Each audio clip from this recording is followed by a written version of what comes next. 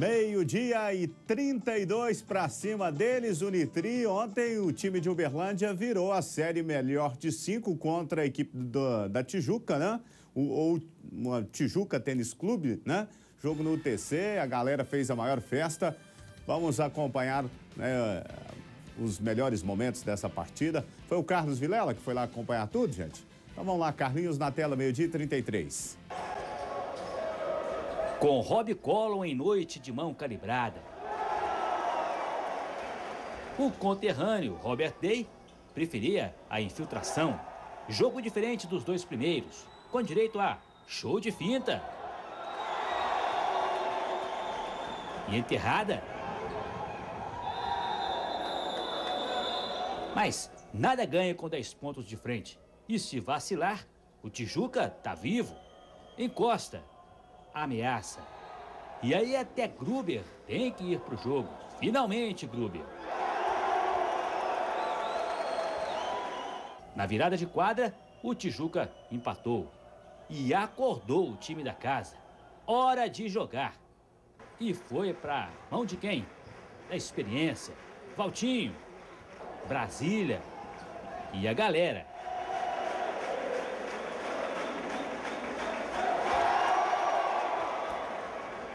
A Unitri abriu 16 pontos, fez 93-77, com 26 do Robert Day. E com a chamada de responsa do Brasília, mais do que na hora. A gente estava precisando de uma vitória com placar mais largo, tava umas partidas com placar muito encostada. Essa vai dar muito mais confiança para a gente ir lá para tentar fechar a segunda-feira. Final de jogo, 97 para a Unitri, 77 para o Tijuca. Próxima partida será na segunda-feira, 7 horas da noite, logo após a Voz do Brasil, com transmissão também pela Rede Vitoriosa de Rádio.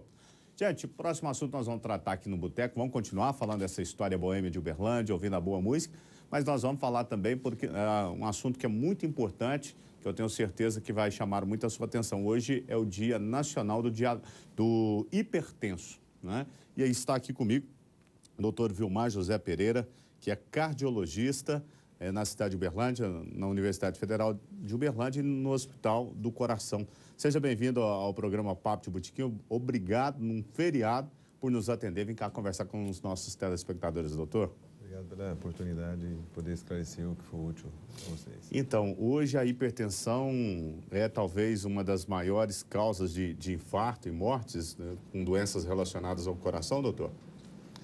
A hipertensão é o maior fator de risco removível das doenças cardiovasculares. O fato dela poder ser diagnosticada e tratada adequadamente, você elimina esse risco.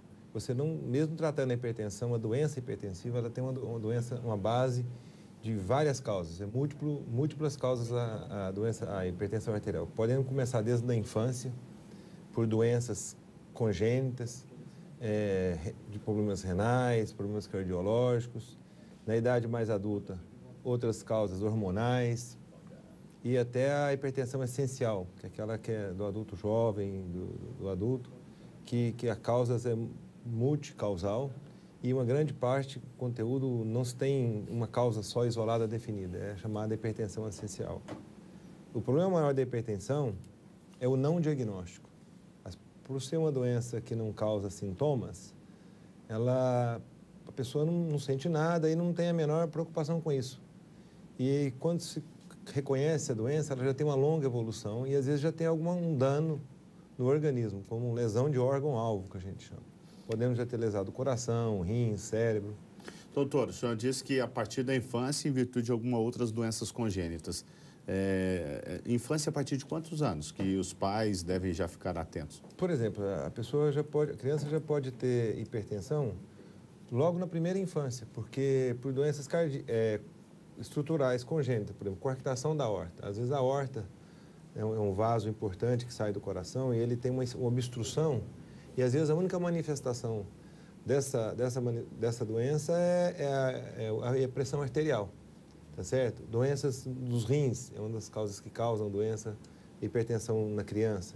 Então, a criança, como ela passa por um processo de acompanhamento médico, na puericultura, no acompanhamento médico, mesmo naquela fase onde ela está só fazendo acompanhamento de peso, de ganho, tudo isso, essas doenças, algumas dessas doenças podem ser diagnosticadas já naquela fase, ou suspeitadas. No caso da hipertensão em adultos, doutor, necessariamente a questão genética ou quem nunca teve caso de hipertensão na família pode desenvolver hipertensão? Pode sim. A doença no adulto ela é multifatorial. Genética é uma base forte para a doença. Existe hoje, tem alguns estudos que mostram até de 16 a 40 genes envolvidos na hipertensão arterial. Mas o fato de você ter só aquele gene não significa que você vai ser hipertenso. Por exemplo, o hábito alimentar, a ingesta de sódio, de sal. Índios, primatas, aqueles primitivos mesmo que moram na aldeia, é extremamente raro a hipertensão nele, é praticamente zero, pela ausência, comer uma quantidade de sal muito menor que nós. Agora, com a integração desse índio à sociedade, ele passa a priori dos mesmos riscos. Se um ser humano nunca tivesse comido sal na vida, ele desenvolveria hipertensão da mesma maneira? Poderia, mas as chances seriam bem menores. Seria bem menores. Então, o sal é o grande vilão? Não. O inimigo público, talvez, número 1, não? É um fator importante que deve ser visto, mas existem pessoas sensíveis ao sal e não sensíveis ao sal. Por isso, você tem que olhar um contexto global, mas para o indivíduo você tem que individualizar a questão do indivíduo. Obesidade é uma questão importante. A dieta, a limitação física, a pessoa que não pratica atividade física nenhuma é importante. O álcool é muito importante na bebida alcoólica. O estresse, atividade que gera ansiedade o dia inteiro. Às vezes o sujeito, teoricamente, ele é normotenso, mas na atividade de trabalho, por ser muito estressante, ele pode desenvolver hipertensão e ele fica hipertenso durante o tempo todo que ele está trabalhando. Por exemplo, motorista de ônibus é uma profissão que é curiosa. Esse estresse todo no dia a dia, por exemplo, fizeram um trabalho uma vez com os motoristas de ônibus da cidade de São Paulo. Todos, quando estavam no trabalho, ficavam hipertensos 100%. Eles ficavam hipertensos. Que isso, doutor? 100% dos motoristas dos que fizeram, que vivem nesse estresse. Nesse estresse todos se estavam ou se tornam hipertensos.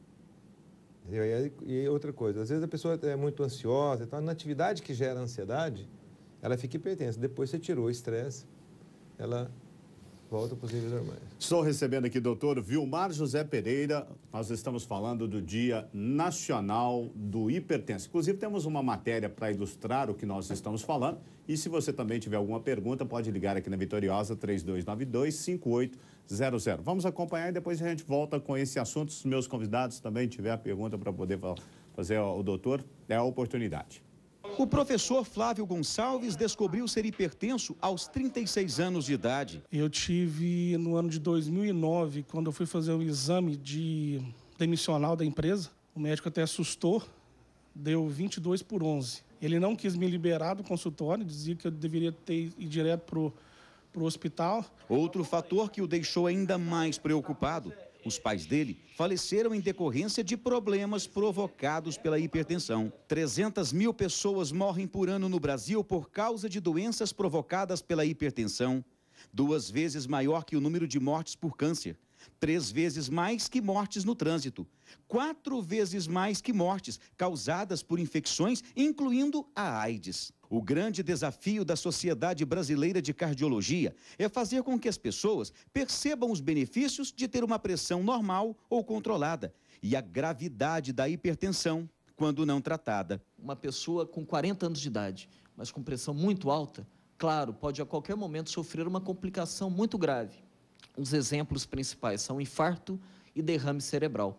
Ao mesmo tempo, com o passar dos anos, essa pessoa pode ir sofrendo um distúrbio progressivo dos rins, da circulação como um todo, o coração pode se dilatar, a circulação pode sofrer graves danos. E essa pessoa, às vezes, não morre num curto prazo de tempo, mas pode passar a sofrer de uma doença crônica grave. Mas o que fazer para que o tratamento seja de fato bem-sucedido? Pode haver ou não necessidade de uso de medicações, mas estando a pressão alta, com certeza a pessoa vai precisar ter cuidados com a dieta, controlar o peso, fazer uma atividade física, eliminar o cigarro, diminuir da forma mais adequada possível o consumo de álcool, enfim, levar um estilo de vida mais saudável possível. Mas e o Flávio, que é hipertenso e está acima do peso? O que faz para ter mais qualidade de vida? Primeiro, a questão da alimentação, que é principal, né? A questão do sal. Estou fazendo uso da farinha, né? de feijão branco, e eu já perdi 2 quilos no tratamento de 1 mês, passo por passo, certo? Então, eu tenho certeza que eu chego a 12 por 8. 12 por 8 é a pressão ideal, né, doutor? Com certeza, 12 por 8 é um limite normal. Até um pouco acima é aceitável, dependendo da idade, mas uma média considerada normal. Até 12 por 8. quanto que é aceitável, doutor? Acima de 8,5 na diastólica, você já começa a ser já começa a detectar a alteração. Diastólica é abaixo. Abaixo, Uhum. a pressão baixa. Essa que é perigosa, ela subir. Mas né? a hipertensão é definida acima de 14 por 9. 14 por 9 é um valor mais conhecido como definição de hipertensão arterial. Cada vez mais você traz esses valores para mais baixo. E essa história de que o infarto no jovem, ou quanto mais jovem, é muito mais perigoso do que na pessoa que já tenha mais de 50 anos. Isso de fato é verdade? Ou é um mito? Não, é porque o infarto no jovem, o infarto é obstrução, é ausência de fluxo sanguíneo em uma determinada área do coração. Infarto pode dar no cérebro, no coração. No caso do coração, quando essa obstrução é feita gradual, o organismo desenvolve algumas colaterais, ou seja, algumas artérias que vão nutrindo aquela região que está em falta de sangue progressiva. No jovem, essas colaterais ainda não se formaram, ou às vezes é por uma causa diferente da causa de aterosclerose. Infarto em jovem nem sempre é por aterosclerose, por uma doença da calcificação e obstrução da artéria do coração. Pode ter causas outras, espasmo coronário, no caso de pessoas que usam cocaína, pode ter espasmo coronário.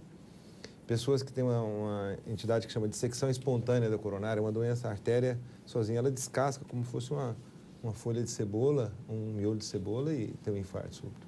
Isso acontece, não é tão infrequente assim, é pouco diagnosticado, mas era mais comum em mulheres, era conhecido como pós-parto, infarto pós-parto. Hoje a gente sabe que acontece em todos, homem e mulher, mas frequentemente após algum esforço ou alguma atividade física muito vigorosa, ou um estresse muito grande. Então, muito cuidado. Agora, a música faz bem pro coração, não faz, doutor? Sempre. Então, vamos ouvir mais um pouquinho da banda Nega Soul, hoje com a Cláudia e o Juliano representando essa banda aqui no nosso Papo de Botequim. A gente vai fazer um clássico agora.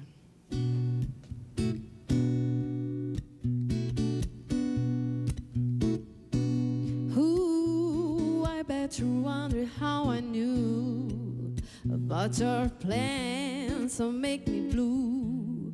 But some other guy they knew before. Between the two of us guys, you know I love you more. You took me by surprise, I say. When I fell down yesterday, don't you know that I heard it to the grapevine? Not much longer would you be mine. Instead I heard it to the grapevine, when I'm just about to lose my mind. Honey, honey, yeah, to the grapevine. Not much longer would you be my baby. Yeah, yeah, yeah. And I'm supposed to cry, but these tears I can't hold inside. Losing you in my life, you see, goes to me, that's too much of me. You could have told